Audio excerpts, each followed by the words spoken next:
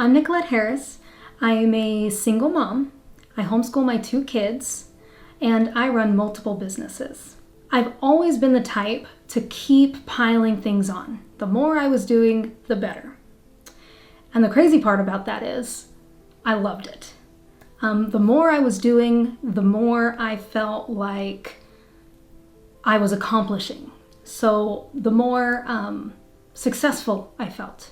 Even if I was only able to give 60% to everything I was doing, I still felt like I was doing everything. And that made me feel accomplished. So I loved it when people would tell me, how are you doing all of this stuff? I could never do that. Because that made me feel great. You know, I would say, yeah, I am doing it all. Or at least I would think that. When I was training to become a appraiser, you have to do a couple years of, well, in my case, 6 months. You have to do some time training under a supervisor.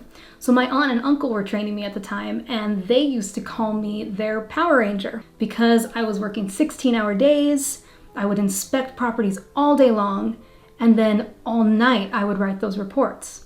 So basically I, napped a little bit during the day. I didn't sleep much. But that wasn't really sustainable. So I loved being known for my work ethic, even if it was slowly burning me out. And then I had kids. And I'm sure you know that everything changes after you have kids.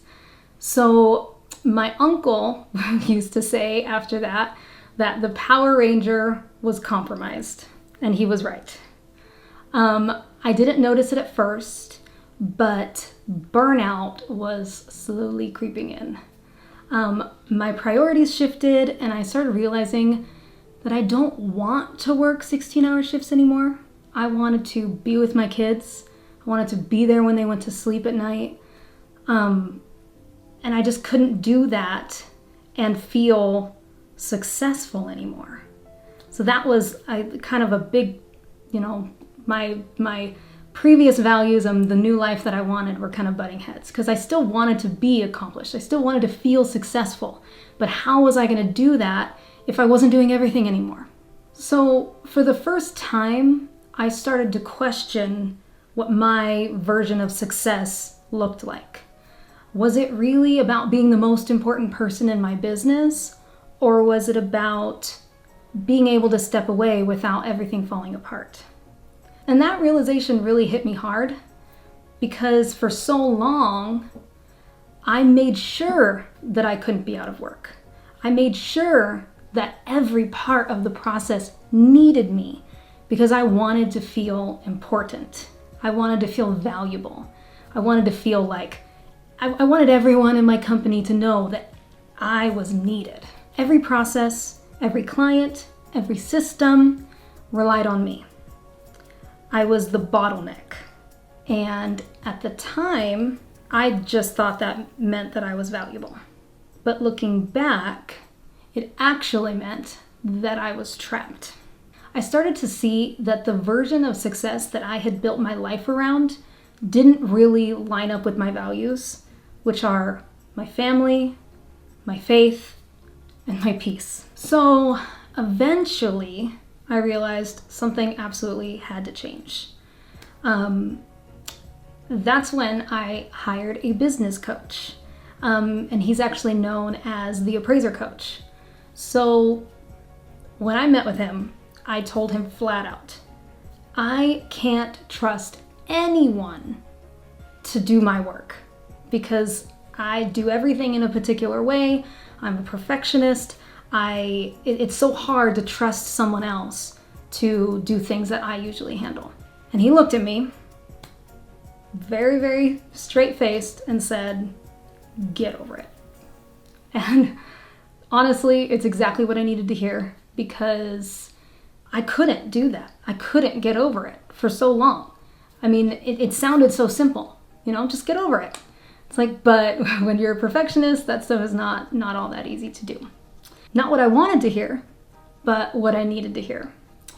Because the truth is that my perfectionism wasn't serving anyone. It wasn't serving me, wasn't even really serving my clients. It was just me wanting to be in control of everything, which is never good. I mean, I know that. Doesn't mean I don't try to do it still every now and then. But being in control of everything is just not sustainable and not really possible. Like, when are we really ever actually in full control? We're not. So I started small. I started hiring. I trained people to do things the way that I would do them as much as possible. And the more time I spent with my new employees, the more confident I felt in their ability to do the job. And I started to realize that it doesn't always have to be me. I do things well, but that doesn't mean that other people can't also do things well. So I started to let go of little pieces of control, and to my ginormous surprise, is ginormous an okay word? I started to let little things go, and to my huge surprise, the world did not fall apart, even though I thought it would. Actually, things started to get much better for me. I was able to sleep more. I was able to focus more when I was working. The things that I needed to do were being done better because I didn't have to work at 60% anymore, trying to do absolutely everything and be there for my family. So, things started to get so much better that eventually I was only needing to work a few hours a day. And because of that, I was able to take my kids out of daycare and keep them home with me. Where before, I would drop them off at 8 a.m. and work all day long, pick them up at 6 p.m., rush them to eat and get to bed so I could get back on work. And I hated that. So being able to take them out of daycare, keep them home, buy homeschool curriculum, and start teaching them myself, that was huge. It was just proof that letting go of the control and starting to put systems and employees and working to not do everything myself there was just a huge payoff there for me. So for the first time, I wasn't just running a business, I was actually living my life. I started taking my kids to Disneyland. I started traveling and showing them things. Like, for the first 4 years of their life, they did nothing. They didn't leave the house aside from daycare half the time. So this was huge. It was just a huge shift for me. I used to feel proud when I was exhausted, but now I feel proud when I'm able to take my kids to Disneyland in the middle of the week. I used to measure success by how many hours I worked, and now I measure success by how many hours I'm able to give to my kids. My goal became to increase what I actually made per hour, not just by charging more, but by working less hours and maintaining my prior income. And I did this by hiring and creating systems that could run without me. And that completely changed my life. Now, I will not sit here and pretend like everything is perfect, because it's not. There have been times when I've lost employees, or systems broke, or something didn't work out, and suddenly I was right back to working 12-hour days. But this time it was more stressful than before because my kids were home and I didn't want to put them back in daycare. So I had to figure out how to build things back together and put everything back together while maintaining this new I'm always home with my kids lifestyle. But the difference is, now I know what I'm working towards. I'm not working towards handling everything. I'm working towards offloading everything. I know now what freedom feels like, and I know how to build it again when things start to slip. So, I'm creating this channel because I know there are other people out there, just like me, other parents, business owners, or both, who want the business and the success, but also want to be with their family and have freedom, or just have time to travel.